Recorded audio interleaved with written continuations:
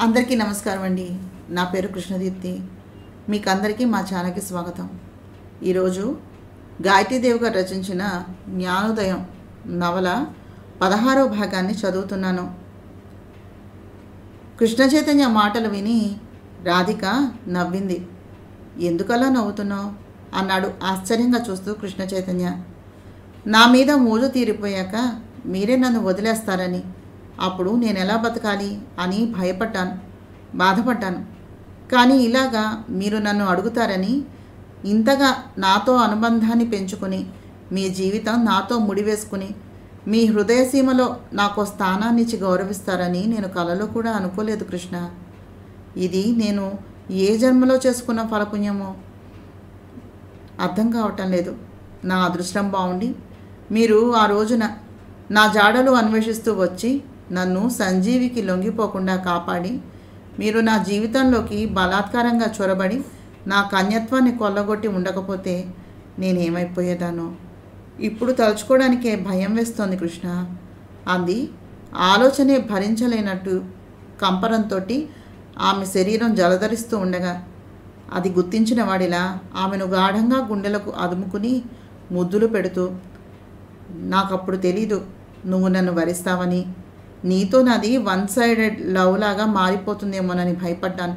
అయితే శారీరకంగా ఎలాంటి ఆడదాన్నైనా ఆనందింపజేసే శక్తి నా దగ్గర పుష్కలంగా ఉంది కనుక నిన్ను కూడా ఆ విధంగానే జయించాలని అనుకున్నాను.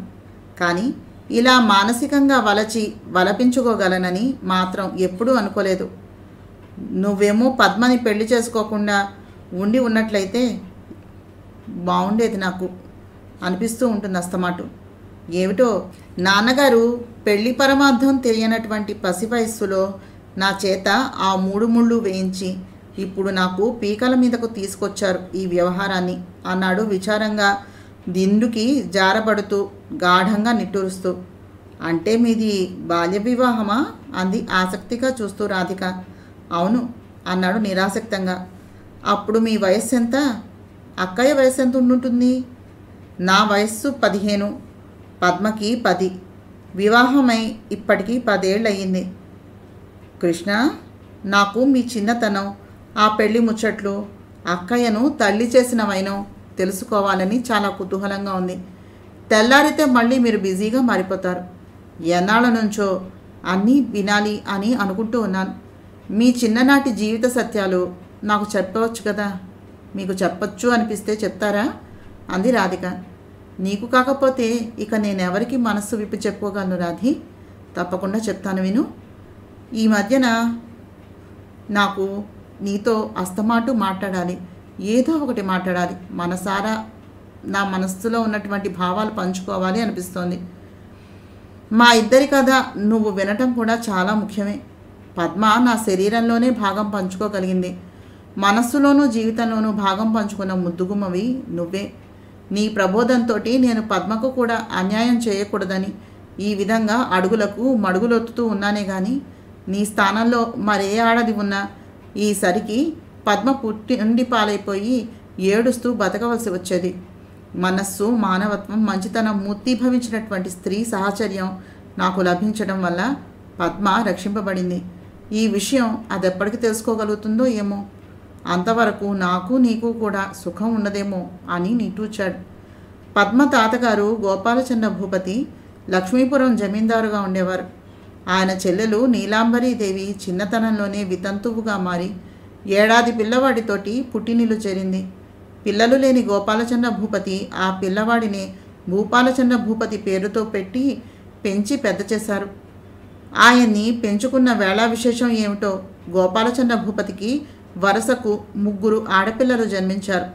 కమల, అమల, విమల అనే పేర్లు పెట్టి పెంచి పెద్ద చేశారు. పెద్ద అమ్మాయి కమల, ఆఖరమ్మాయి విమల చాలా తెలివైన వాళ్ళు. మధ్యగా ఉన్న అమల మాత్రం చాలా అమాయకురాలు. అన్నీ చెప్పి చేయించుకోవాలి, లేకపోతే లోకజ్ఞానం తెలియదు. మేనత్త నీలాంబరీదేవి ఆ 3 పెంచింది. 3వ బిడ్డను కని పురిటిలోనే గోపాలచంద్ర భూపతి గారి భార్య పోయింది. అప్పటికి మేనత్తే తల్లిగా మారింది ఆ పిల్లలకు. భూపాలచంద్ర భూపతి డిగ్రీ పాస్ అయ్యి మద్రాసు నుంచి రాగానే 15 ఏళ్ల ప్రాయంలోని కమలను ఇచ్చి ఆయనకు పెళ్లి చేసేశారు. విమల చదువుకుంది. అమల మేనత్త దగ్గర ఉండిపోయింది. కమల 5 ఏళ్ళు భూపాల భూపతితో సంసారం చేసింది. మొదటి కాన్పులో పద్మ పుట్టింది. రెండవ కాన్పు సమయంలో అనారోగ్యానికి గురైంది.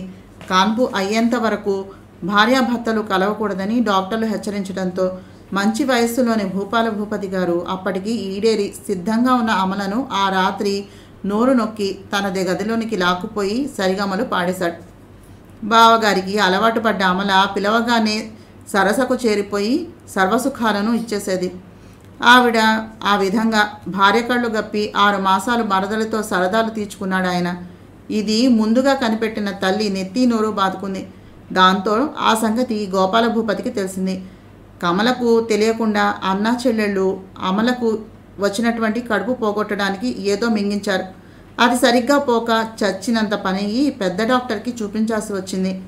డాక్టర్ ఆ పిల్లకు ఆపరేట్ చేసి మొత్తానికి గర్భసంచి తీసేయవలసి వచ్చిందని చెప్పారు. ఆ మాటలు విని భర్త తనకు ద్రోహం చేసి తన చెల్లెలను గర్భవతిని చేశాడని తెలుసుకున్న కమల గర్భవతిగా ఉండి 9వ నెలతో ఉండగానే వంటింట్లో కిరోసిన్ ఆయిల్ పోసుకుని ఒళ్ళు అంటించుకుని మలమలా మాడి చచ్చిపోయింది. పెద్ద కూతురు పోవటంతో చిన్న కూతురు తల్లి అయ్యే అదృష్టాన్ని కోల్పోవటంతో చూసినటువంటి ఆ తండ్రి గుండె 1000 రెక్కలైనట్టుగా అయింది. ఇంచుమించుగా మంచం పట్టేశాడు. అన్నగారిని సమాధానపరిచి కొడుకును ఒప్పించి అమలనిచ్చి పెళ్లి చేసింది తల్లి. మేనమామ బిజినెస్ వ్యవహారాలు చూస్తూ అంచెలంచెలుగా ఎదిగినటువంటి భూపాలచంద్ర భూపతి దృష్టి విమల మీద పడింది. నెలకోసారి సిటీలో చదువుకుంటున్న మరదలి కష్టసుఖాలు చూడటానికి వెళుతున్నట్టుగా వెళ్ళి ప్రేమపాఠాలు చెప్పాలని ప్రయత్నం చేశాడు. అయితే విమల అప్పటికే రమణ అనే కుర్రాడికి మనసునిచ్చి రహస్యంగా అతన్ని పెళ్లి చేసుకుని ఇంటికి వచ్చింది. మనస్సులో భగ్గున మండిపోతున్న భూపతి పైకి ఎంతో స్నేహ సహృదయంతో ఉన్నట్టుగా భావాలను చూపించి పెద్ద రిసెప్షన్ ఇప్పించి ఫస్ట్ నైట్ ఏర్పాటు చేయించాడు. మేనమామ తల్లి సంతోషించేలాగా ఉన్నాడు. వారం రోజులు ఆ భర్తతోటి సంసారం చేసింది విమల. 9వ రోజున తనతో పాటు ఆఫీస్కి తీసుకుని వెళ్ళి అతనికి అన్నీ నేర్పిస్తానని చెప్పి యాక్సిడెంటల్గా అతన్ని చంపేసి కసి తీర్చుకొని విమలను వితంతువుగా మార్చేసి ఆస్తి విమల తన గ్రిప్పులోనే ఉండేలాగా బంధించేసి తన ప్రేమ సంగతి విమలకు విప్పాడు. అంగీకరించకపోతే తన బతుకు అన్యాయం అయిపోతుందని గ్రహించింది. ఆస్తిలో సగభాగం రాసిస్తేనే అంగీకరిస్తానని చెప్పింది. అప్పటికే గర్భవతి అయినటువంటి విమల గర్భస్థ పిండాన్ని రక్షించుకోవాలని భూపతికి లొంగిపోయింది. ఆమెను పట్నంలో ఒక ఇల్లు కొని అక్కడ కాపురం పెట్టి ఇంట్లో అమలను సిటీలో విమలను ఏలుకుంటూ పెద్ద మనిషిగా మారిపోయాడు. భర్త వల్ల ఒకణ్ణి బావగారి వల్ల ఒకణ్ణి 2 కొడుకులను కంది విమల. ఈ విషయాలు ఏమీ నాకు కానీ నాన్నగారికి కానీ అప్పుడు తెలియదు. గోపాల భూపతికి మా తాతగారికి ఉన్నటువంటి స్నేహ సహృద్భావాల వల్ల మా 2 కుటుంబాలు ఫ్రెండ్లీగా ఉండేవి. అప్పటిలో పద్మ భవిష్యత్తు ఏమవుతుందో అని బెంగపెట్టుకున్న గోపాల భూపతి మా నాన్నగారిని రప్పించుకుని తన మనవరాలైనటువంటి పద్మను మీ ఇంటి కోడలుగా చేసుకోమని నీ కొడుకు కృష్ణ చైతన్యకిచ్చి పెళ్లి చేయమని ప్రాధేయపడ్డారట. ఆయన ఆఖరి కోరిక తీరుస్తానని మాటిచ్చినటువంటి నాన్నగారు 10th చదువుకుంటూ ఉన్న నన్ను పిలిచి పద్మను పెళ్లి చేసుకోవాలని చెప్పారు. అసలు పెళ్ళి అంటే సరదా తప్ప మరేమీ తెలియని నేను సిగ్గుపడి మీ ఇష్టం అనేశాను. గోపాల భూపతి బతికి ఉండగా ఆ పెళ్లి అయిపోవాలని తల్లి కొడుకులు పట్టుబడితే నాన్నగారు సరే అని వైభవోపేతంగా నా పెళ్లి పద్మతో జరిపించేశారు. అప్పటికే అక్క పెళ్లి జరిగి 10 ఏళ్ళు అయ్యింది. బావ శ్రీనివాస భూపతితో వచ్చింది పెళ్లికి.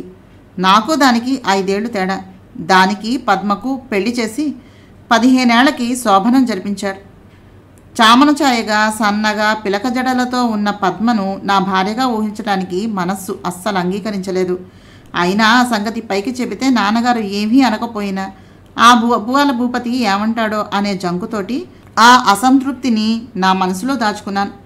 నేను పద్మను పెళ్లిపీటల మీదే చూశాను. పెద్దవాళ్ళు మాట్లాడుకుని ఖాయపరుచుకుని నిశ్చయతాంబూలాలు తీసుకున్నారే తప్ప ఈ పిల్ల నీకు కాబోయే భార్య అని నాకు కానీ ఈ అబ్బాయే నీకు కాబోయే భర్త అని పద్మకు కానీ చూపించకుండా పెళ్లిపీటల మీద మమ్మల్ని ఒకరికి మరొకరిని చూపించారు. ఒంటి నిండా మేటెడు నగలతో 7 గజాల చీరలో బుట్టబొమ్మలా ఉంది పద్మ. ఆ నగలు చీర మోసే ఓపిక లేనట్టుగా అర్భకంగా కనిపించింది. భూపాల భూపతికి పద్మని నాకిచ్చి పెళ్లి చేయటం చాలా సంతోషమని ఆయన ముఖాన్ని చూసి అర్థం చేసుకున్నాను.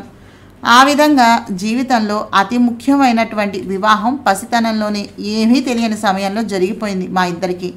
నేనంటే తనకు ఇష్టం ఉన్నా లేకపోయినా పద్మకి నేను భర్తను అయినట్టే. ఆ పిల్లంటే నాకేమాత్రమూ ఇష్టం లేకపోయినా పద్మ నా భార్యగా మారిపోయింది. ఆ 3 ముళ్ళు వేసిన నేను ఆ పిల్లను ఆ క్షణంలోనే మర్చిపోయి హాయిగా ఆడుతూ పాడుతూ సినిమాలు షికార్లు చేస్తూ బుద్ధి పుట్టినప్పుడు, ముఖ్యంగా అమ్మను చూడాలి అనిపించినప్పుడు దివాణానికి వస్తూ స్వేచ్ఛగా సుఖంగా వెంటపడి తిరిగే 10 మంది ఫ్రెండ్స్ ఎప్పుడూ ఉండేవారు. వాళ్లను వేసుకుని తిరుగుతూ ఉండేవాడిని. టూర్స్ తిరగటం, ఆటల్లో పోటీలలో పాల్గొనటం చాలా ఇష్టంగా ఉండేవి. చదువు కూడా ఇంట్రెస్ట్గానే చదివేవాడిని. మా పెళ్ళి మొదటి సంవత్సరంలోనే పద్మతాతగారు గోపాల భూపతి కాలం చేయటంతో మమ్మల్ని వాళ్ళు పండక్కి పిలవలేదు. అల్లుడిని పండగ చేయకుండా చావుకి పిలవటం మంచిది కాదని నన్ను పిలవలేదు. చిన్నమ్మ నాన్నగారు వెళ్ళి పరామర్శించి వచ్చేశారు. ఏం జరిగినా నేను ఇంటికి వచ్చాక చెప్పేసేవారు నాన్నగారు. ఇష్టమైన మ్యాటర్ అయితే వినటం, లేకపోతే వింటున్నట్టుగా నటించడాన్ని నేర్చుకున్నాను. 2వ సంవత్సరం ఆయన సంవత్సరీకాలు జరిగినాయి. 3వ సంవత్సరం పండగకు రమ్మని పిలిచారు వాళ్ళు. నేను మహాబలిపురం ఎక్స్కర్షన్కి బయలుదేరబోతూ ఉన్నాను. నాన్నగారి ఫోన్ కాల్ వచ్చింది. నేను హైదరాబాద్లోనే మా నాన్నగారి రెస్ట్ హౌస్లో ఉండి కాలేజీలో ఇంటర్ చదువుతున్నాను. అప్పుడు శనివారం సాయంత్రానికి బయలుదేరి కృష్ణాపురం వచ్చి ఆదివారం మాత్రం ఇంట్లో ఉండి మళ్ళీ సోమవారం ఉదయాన్నే వెళ్ళిపోయేవాడిని. ఇంటికి వచ్చిన నా ఫ్రెండ్స్ తోటి వేటకు వెళ్ళిపోయేవాడిని. ఆదివారం రాత్రి అమ్మను నాన్నగారిని కలిసి వచ్చేసేవాడిని. మాకు చిన్నప్పటి నుంచి ఎవరి మందిరాలు వాళ్లకు వేరు కావటం వల్ల ఎవరి బతుకులు వారివే. మా అంతఃపురంలో మాకు ఇష్టమైనటువంటి వంటలు జరిగేవి. ఎవరికి వారే యమునా తీరే అన్నట్టుగా ఉండేది మా పద్ధతులన్నీ. నాన్నగారికి డబ్బు సంపాదించడమే ధ్యేయం. నాకు హాయిగా తినటం తిరగటం ఇష్టం. చిన్నమ్మకు అందరి మీద అధికారం చెలాయించడం ఇష్టం. అక్కయ్యకి నగలు చీరలు ఉంటే చాలు. ఇక స్వర్ణకు సినిమాలంటే ఇష్టం. అందుకని లక్ష్మీపురంలో 5 హాల్స్ కట్టించి 5ఇంటిలోనూ కొత్త రిలీజ్ అయినటువంటి పిక్చర్స్ తెప్పించి వేయించేవారు. ప్రతి పిక్చర్కి చిన్నమ్మ నాన్నగారు చెల్లాయి అక్క బావ మా పరివారము వెళ్ళి చూసేవారు. అంతా సినిమాలు చూసినా కలిసి వెళ్ళడం కాకుండా ఎవరికి వాళ్ళుగా వెళ్ళేవారు. అలాగే బతికేవారు. నాకు ఆటలంటే ఉండే ఇష్టం ఇక ఎందులోనూ లేదు. ఇంటర్ పూర్తి చేసి బీఎస్సీ డిగ్రీకి వచ్చేసాను. పండక్కి రమ్మని ఆహ్వానం వచ్చింది. నాకు కుదరదు, మీరు వెళ్ళిరండి అని తిరస్కరించాను. వాళ్ళు వెళ్ళారో లేదో నాకు తెలియదు. చేతిలో ఎంత కావాలంటే అంత డబ్బుండేది. నాన్నగారిని డబ్బు కావాలని అడిగితే తాళాలు ఇచ్చి తీసుకోమనేవారు. తర్వాత చెక్ బుక్స్ నా చేతికి వచ్చేసాయి. ఇక ఆయన్ని అడగకుండా సంతకాలు చేసేసి తెప్పించుకుని వాడుకుంటూ ఉండేవాడిని. ఎప్పుడూ దేనికి ఎంత ఖర్చు పెట్టావు అని నాన్న నన్ను అడగలేదు. నాన్న అంటే నాకు భయం లేదు. నాన్న ఎప్పుడు ఆయన స్నేహితుడిలాగా చూసేవారు. నేనంటే చిన్నమ్మకు చెల్లికి అక్కకు బావగారికి కూడా హండలే. 18వ సంవత్సరం రాగానే నాకు ఒక కొత్త సంగతి తెలిసింది. ఏమిటది అంది వింటున్న రాధిక చిరునవ్వుతో. ఆడవాళ్ల ద్వారా మగవాడికి శారీరకంగా చాలా సుఖం లభిస్తుందని అన్నాడు చిరునవ్వుతో. రాధిక బుగ్గలు ముద్దాడుతూ కృష్ణ చైతన్య. ఎలా తెలిసిందండి అంది ఆసక్తిగా రాధిక. నా ఫ్రెండ్స్లో అంతా నా వయస్సు వాళ్లే కాక 2-3 సంవత్సరాలు పెద్దవాళ్ళు కూడా ఉన్నారు. మేము మహాబలిపురం వెళ్ళామని చెప్పాను కదా. అక్కడ కాటేజీ ఒకటి బుక్ చేసుకున్నాం. ఆ కాటేజ్ వాచ్మెన్ కూతురు 15 ఏళ్ల పిల్ల. మాకేం కావాలన్నా పట్టుకుని వస్తుండేది. మా ఫ్రెండ్స్లో గోపీనాథ్ అనేవాడికి 20 దాటింది వయస్సు. వాడు టవల్ తెమ్మని ఆ పిల్లను పిలిచి ఆ పిల్ల బాత్రూంలోకి రాగానే మీద పడి రేప్ చేయబోయాడు. ఆ పిల్ల కంగారుతో ఒకటే కేకలు పెట్టి ఏడుపు లంఘించుకోవడంతో వాచ్మెన్ పరిగెత్తుకుంటూ వెళ్ళి గోపీనాథ్ చేతుల్లోని ఆ పిల్లను రక్షించాడు. వాచ్మ్యాన్ చేసిన రగడకి 4 పోగయ్యారు. గోపీనాథుని తన్నబోతూ ఉంటే పైన చెస్ ఆడుతున్న నాకు చెప్పారు మిగిలిన ఫ్రెండ్స్. నేను వెళ్ళి 10,000 కట్టి గోపీనాథుని విడిపించి ఏం జరిగిందని అడిగాను. వాడు చెప్పిన విషయం వినగానే మతిపోయింది. వాడికి వాళ్ళ నాన్న చెల్లెలు మేనత్త ఉండేది. ఆవిడకు 25 ఏళ్ళు రాకుండానే భర్త యాక్సిడెంటల్గా పోయాడు. 3 ఏళ్ల కొడుకుతో అన్న దగ్గరకు వచ్చేసి మిషన్ కుట్టి సంపాదిస్తూ బతుకుతోంది. గోపీనాథ్కి 18 ఏళ్ళు. వాడు నూతి దగ్గర స్నానం చేస్తూ ఉంటే టవల్తో వాడిని అదోలా చూసిందట. మొదట్లో ఆ చూపులకు అర్థం తెలియక తికమక పడేవాడట. గోపీనాథ్ తాతగారికి పక్షవాతం వచ్చి చాలా సీరియస్గా ఉందనే టెలిగ్రామ్ రావడంతో గోపీనాథ్ తల్లిదండ్రులు అర్జెంటుగా బయలుదేరి వెళ్ళిపోయారు. గోపీనాథ్కి ఓ చెల్లెలు ఓ తమ్ముడు ఉన్నారు. చెల్లెలు తాతగారి దగ్గర చదువుకుంటోంది. తమ్ముణ్ణి అన్నగారి దగ్గరకు పంపించి చదివిస్తున్నారు. ఇంట్లో మేనత్తతో పాటుగా గోపి ఒక్కడే ఉన్నాడు. మేనత్త సాయంత్రం స్నానం చేసి తెల్లచీర కట్టుకోవటం, మల్లెపూలు కొట్టుకోవటం వాడికి తెలిసినా పట్టించుకోలేదు. ఆ రాత్రి భోజనం చేసి పుస్తకం తీసి చదువుకుంటూ కూర్చున్నాడట. కొడుకుని నిద్రపుచ్చి వీధి గదిలోని గోపిని లోపలకు రమ్మనమని తలుపులు మూసేసిందట. వాడు కంగారు పడుతూ తలుపెందుకు మూసావు అని అడగబోతూ ఉంటే అమాంతం వాడిని 2 చేతులతోనూ చుట్టి మంచం మీదకు తోసి మీద పడి అంతవరకు వాడికి తెలియని సృష్టి కార్యక్రమం నేర్పి పుణ్యం కట్టుకుంది. ఆ తర్వాత మనవాడే ఆవిడ వంక ఆశగా చూస్తూ ఉండేవాడట. అంతా పడుకున్నాక ఏదో సమయంలో బాత్రూంలోకి పోయి సరదాలు తీర్చుకునేవారట. అలా 2 ఏళ్ళు గడిచిపోయింది. ఓ రోజు రాత్రి బాత్రూంలో వాళ్ళిద్దరూ ఉండగా గోపీనాథ్ తల్లి వచ్చి తలుపు తోసి చూసి వెళ్ళి భర్తతో చెప్పటంతో ఆయన వచ్చి బెల్ట్తో ఇద్దరినీ సత్కరించి బండబూతులు తిట్టడంతో వాళ్ళ అత్త పెట్టె పట్టుకుని కొడుకుతోటి అత్తింటికి వెళ్ళి మొగుడు అన్నగారు బావగాని మరిగింది. వద్దంటే పాపం 2 మాసాలుగా ఆడగాలి కోసమని తపిస్తున్న గోపికి ఆ పిల్లని చూడగానే కోరికలు నిద్రలేచాయి. ఫలితంగా నలుగురిలోనూ అవమానాల పాలయ్యాడు. వాడి వల్ల అంతవరకు తెలియని సంగతి మాకు ఆ రోజు తెలిసింది. ఆ తర్వాత సెక్స్ పిక్చర్స్ చూడటం అని కొత్తవి హాబీలుగా మారిపోయాయి. శృంగారపూర్వకమైనటువంటి ప్రతి నవల, ప్రతి గంధం తెప్పించి చదివేవాడిని. నా దృష్టి అయస్కాంతంలా అటువైపు డైవర్ట్ అయిపోయింది. నా మొదటి అనుభవం ఎవరితో ప్రారంభిస్తే బాగుంటుందా అని మనసులోనే ఆలోచించేవాడిని. కానీ ఆ విషయం ఫ్రెండ్స్ తోటి చెప్పడానికి సిగ్గేసి కాలేజీ అమ్మాయిల అంగాంగ సౌందర్యాలను గమనిస్తూ ఒక రకంగా ఉన్మాదిలా తయారయ్యాను. సరిగ్గా ఆ సమయంలో నేను శని ఆదివారాలు ఇంటికి రావటం, నేను వచ్చిన రాత్రి బాత్రూంలో స్నానం చేసి వచ్చేసరికి 12 ఏళ్ల పిల్ల రత్తి అనేది మా పని మనిషి కూతురు. అది కాఫీ కప్పు పట్టుకొచ్చి ఇచ్చింది. దాన్ని చూడగానే నా కళ్ళు మెరిశాయి. దానితో ప్రాక్టికల్స్ వేయాలి అనిపించి గది తలుపులు మూసి నా కాళ్ళు టవల్ తోటి తుడవమన్నాను. అది వంగి తుడుస్తూ ఉంటే కాఫీ తాగి ధైర్యం చేసి దాన్ని గట్టిగా కౌగిలించుకున్నాను. అది భయంతో కెవ్వమంది. నాకు భయం వేసింది. వదిలేశాను. ఆ పిల్ల పరిగెత్తుకుంటూ వెళ్ళి పారిపోయింది. ఆ తర్వాత వరాలు అనే 15 ఏళ్ల పిల్ల కనిపించింది. తోటమాలి మనవరాలు. ఆడపిల్లల్ని దగ్గరకు పిలిచి తీయగా కబుర్లు చెప్పటం, నవ్వటం, చూడటం, మాట్లాడటం ఏమీ తెలియని నేను అసలు ఏ విధంగా వశపరుచుకోవాలో తెలియని ఆ కంగారులో పువ్వులు కోస్తున్న ఆ పిల్లను వెనక నుంచి వాటేసి పట్టుకుని గాఢంగా నిలిపేశాను. అది సైరన్లాగా అరిచింది. అయినా నాకు వదలబుద్ధి కాలేదు. దాని గుండెల మీద శరీరాన్ని దొరకపుచ్చుకున్నాను. తోటమాలి పరిగెత్తుకుంటూ వచ్చి చూశాడు. నాకు సిగ్గేసి వదిలేసి వెళ్ళిపోయాను. అప్పుడే కొత్తగా కలర్ టీవీ తీసుకుని వచ్చి మా దివాణంలో పనివాళ్ళకి సినిమాలు వేసి చూపించేవాళ్ళం. కాంతి అని 18 ఏళ్ల ముగ్ధ మా పరివారంలో కనిపించింది. సినిమా పూర్తయ్యాక నిద్రకళ్ళతోటి లేచి వెళ్ళిపోతూ ఉన్న వాళ్లతోటి కాంతాన్ని చెయ్యి పట్టి గోడజాటుకు రాగేసి మక్కువ తీర్చుకోవాలని ప్రయత్నం చేశాను. అది అరవలేదు కానీ ఆశ్చర్యంగా కళ్ళు పెద్దవి చేసుకుని చూసింది. దాంతో దాని మొగుడు దాన్ని వెతుక్కుంటూ వచ్చి అది నా పెళ్ళాం దొరా అన్నాడు ఏడ్చేస్తూ. నేను పశ్చాత్తాపంతో వదిలేసి వెనక్కి వెళ్ళిపోయాను. ఆ సంగతులని పనివాళ్ల ద్వారా చిన్నమ్మకు తెలిస్తే ఆవిడ ద్వారా నాన్నవారి చెవులకు చేరిపోయాయి. అప్పుడే నా కొడుకు అంత పెద్దవాడైపోయాడంటావా అని ఆశ్చర్యపోయిన నాన్నగారు నాకు కబురు పెట్టారు. అప్పటికి పద్మ ఈడేరి 3 మాసాలైందట. చిన్నమ్మను అక్కయ్యను పంపించి ఆ వేడుకలను జరిపించారు నాన్నగారు. ఆ సంగతి నాకు కూడా అప్పుడే చెప్పారు. ఇలారా అని నన్ను పిలిచి తన పక్కన కూర్చోబెట్టుకుని, ఇంత చిన్న వయస్సులోనే సెక్స్ గురించినటువంటి ఆలోచనలు మంచివి కాదురా.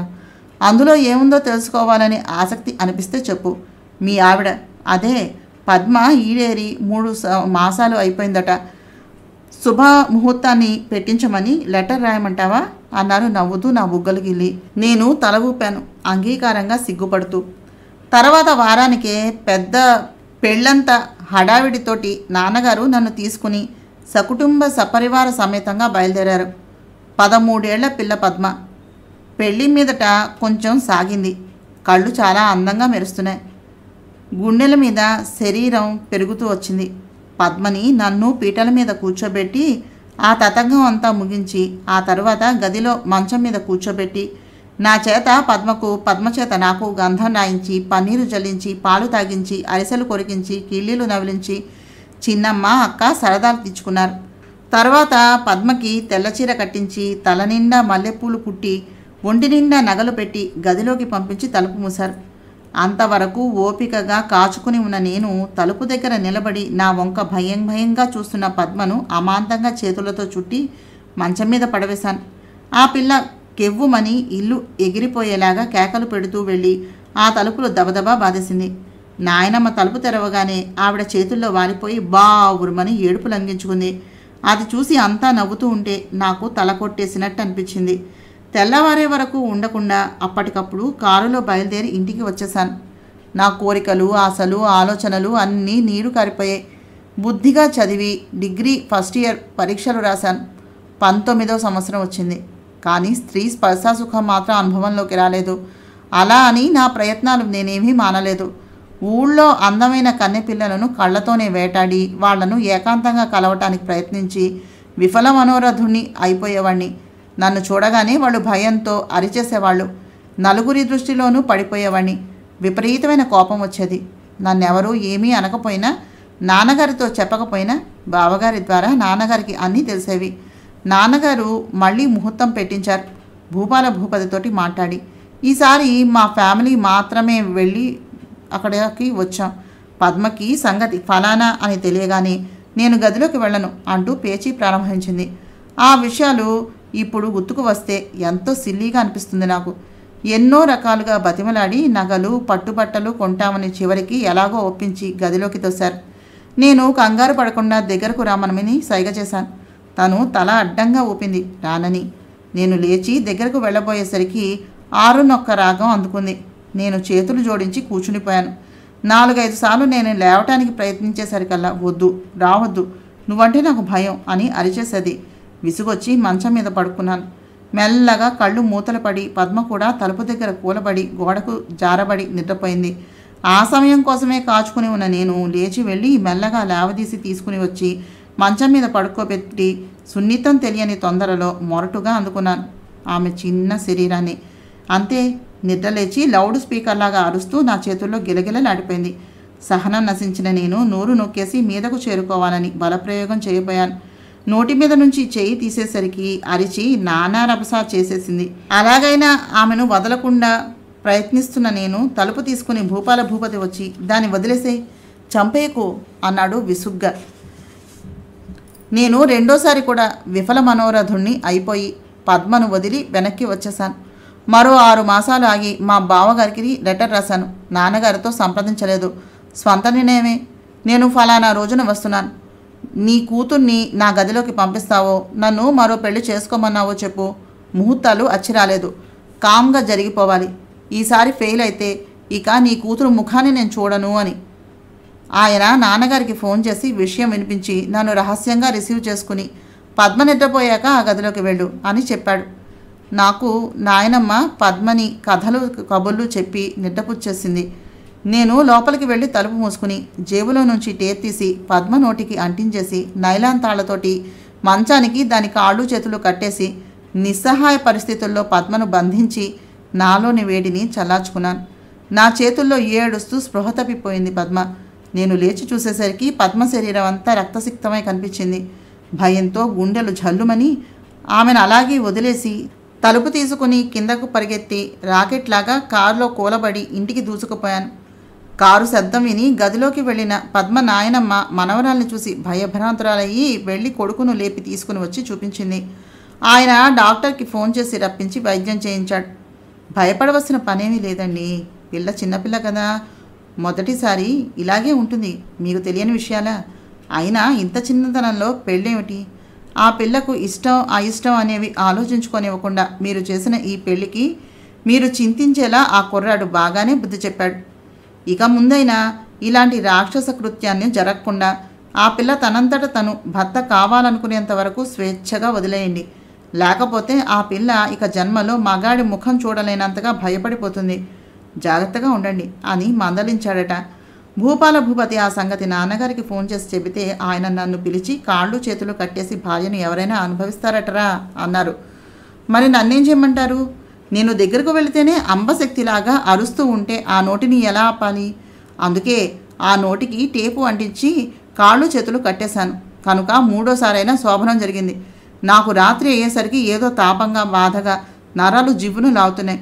ఈ సంగతి మీకు ఎలా చెప్పాలా అని నేను మదన పడుతూ ఉంటే మీరే కదిపి నాకు సాయపడ్డారు.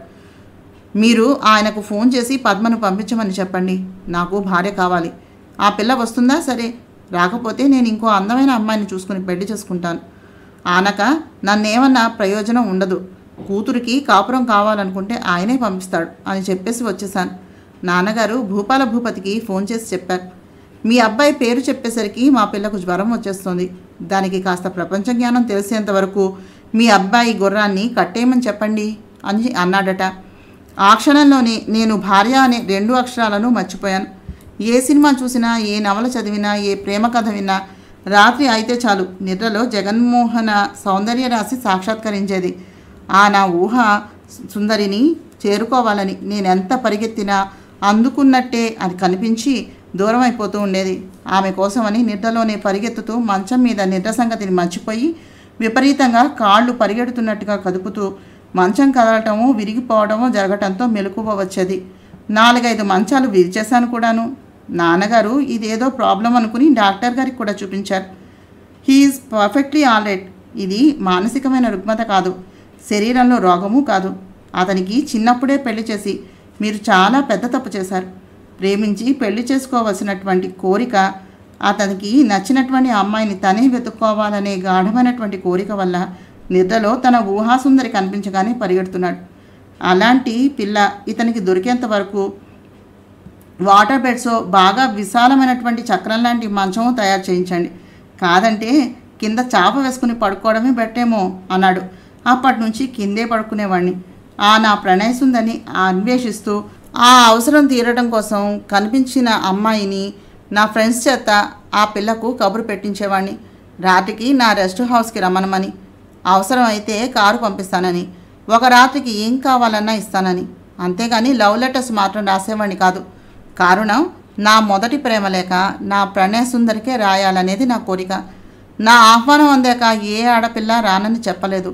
చీరలో, నగలో, డబ్బులో, వాళ్లకు కావలసినటువంటి ఉద్యోగమో ఏదో ఒకటి కోరి ఒక రాత్రి నా సరదాలను తీర్చి మళ్ళీ గుట్టుగా వెళ్ళిపోయేది. ఈ సంగతి నాకు, నా ఫ్రెండ్స్కి, ఆ పిల్లకి నా సన్నిధికి తీసుకొచ్చిన వాళ్లకు మాత్రమే తెలిసేది. నా కులము, గోత్రము, చదువు, సంధ్యలతో పని లేదు.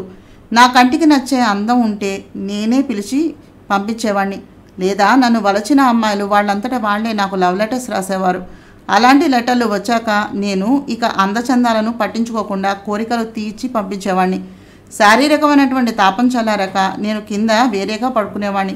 ప్రతి రాత్రి కలలోలాగా పరిగెత్తుతూ ఉంటే పక్కనున్న అమ్మాయి ఆ తన్నులకి హడలిపోతుందని. ఈ విధంగా లైఫ్ని ఎంజాయ్ చేస్తూ మా దివాణం చూడాలని ముచ్చటపడ్డ అమ్మాయిలను నా అంతఃపురానికి తీసుకుని వచ్చి చూపించి వెళ్ళేటప్పుడు ఏం కోరితే అది అందించి పంపించేవాడిని. కొందరు నన్ను పెళ్లి చేసుకోవాలని ఆశపడ్డవాళ్ళు కూడా లేకపోలేదు. నేను వివాహితుణ్ణి అని నన్ను కోరి వచ్చే జవరాలకి చెప్పేసి ఆ ప్రమాదం రాకుండా తప్పించుకునేవాడిని. ఆస్తికల అబ్బాయిలకు ఆత్మరక్షణార్థం మార్షల్ ఆర్ట్స్ కూడా వచ్చి ఉండటం మంచిదని మా నాన్నగారు చిన్నప్పటి నుంచి నాకు అనేక రకాల యుద్ధ విద్యలను నేర్పించారు. నాకు కూడా అవి చాలా సరదాన్ని, ఉల్లాసాన్ని ఇచ్చాయి. కర్రసాము, కత్తి యుద్ధం, గుర్రపు స్వారీ, కుస్తీ పట్లు, మల్ల యుద్ధం కాక కరాటే, కుంఫు, జూడో టెక్నిక్స్ చాలా అభ్యసించడం ఇష్టం. అందువల్ల కసరత్తు చేసినటువంటి నా బాడీ కండలతోటి మలిచినట్టుగా ఇనప సదృశంగా మారి చూసేవాళ్లకు భయభక్తులు కలిగించేది. టీచర్స్ మొదలుకొని లెక్చరర్స్, ప్రిన్సిపల్స్ అంతా నేనంటే భయపడటం మొదలుపెట్టారు.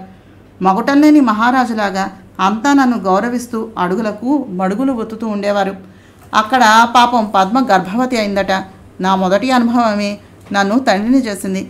ఆ సంగతి శుభపత్రికతో పాటుగా తెలియపరిచాడు భూపాల భూపతి. పద్మ కోలుకున్నా ఎప్పుడూ నిద్రపోతూ బద్ధకంగా ఉండడం, అన్నం సరిగ్గా తినకపోవడం, వాంతులు, వెలుగు చూడలేకపోవటం అనే లక్షణాలతోటి బాధపడుతూ ఉంటే డాక్టర్కి చూపించారట. ఆయన 3వ మాసం వచ్చింది అని చెప్పారట. నాన్న నన్ను పిలిచి, కృష్ణ నీకు పాపాయి పుట్టబోతోందటరా, పద్మకి 3వ మాసం వచ్చిందట, మీ మామగారు శుభపత్రికను పంపించారు అని చెప్పారు. ఆ మాట వినగానే నేను ఆశ్చర్యంతో మాన్పడిపోయాను. నా తెలిసి తెలియని చేతలే ఆ పిల్లను తల్లిని చేశాయా? అసలు మొగుడంటేనే తెలియని ఆ పిల్లకు పిల్లలా అనుకున్నాను. ఏమిటలా ఉండిపోయావు?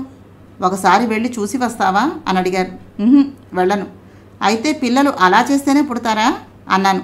నాన్నగారు నా నెత్తిన ముట్టికాయ వేసి పొట్ట చెక్కలయ్యేలాగా నవ్వేశారు. అందరి బదులు చిన్నమ్మ, అక్క వెళ్ళి చూసి వచ్చారు. నేను కంటికి నచ్చిన ప్రతి అమ్మాయితోనూ ఖుషి చేస్తూ ఉన్నానని విని నాన్న నన్ను పిలిచి, ఆరోగ్యం పాడైపోతుందిరా, విచ్చలవిడిగా తిరగకూడదు, ఆడవాళ్ళ దగ్గర సుఖాలే కాదు భయంకరమైన రోగాలు కూడా ఉంటాయి అన్నారు మందలిస్తూ. ఆ సంగతి నా ఫ్రెండ్స్కి నా ముందే చెప్పారు డాడీ. అందుకే నేను మగవాడి చేయి తగలని కన్నె గులాబీలనే ఆస్వాదిస్తున్నాను. ప్రతీ నెల చెకప్ చేయించుకుంటూ ఉండేవాడిని. నాకేమీ పర్వాలేదు, యు డోంట్ వరీ అన్నాను పద్మని దగ్గరకు తీసుకుంటూ. జ్ఞానోదయం నవల 16వ భాగాన్ని చదివానండి. నా ప్రయత్నం మీకు నచ్చినట్లయితే తప్పకుండా మా ఛానల్ సబ్స్క్రైబ్ చేసి, షేర్ చేసి, లైక్ చేసి, కామెంట్ చేయండి. తప్పకుండా మా 2 ఛానల్స్ సబ్స్క్రైబ్ చేసుకోండి. నమస్తే.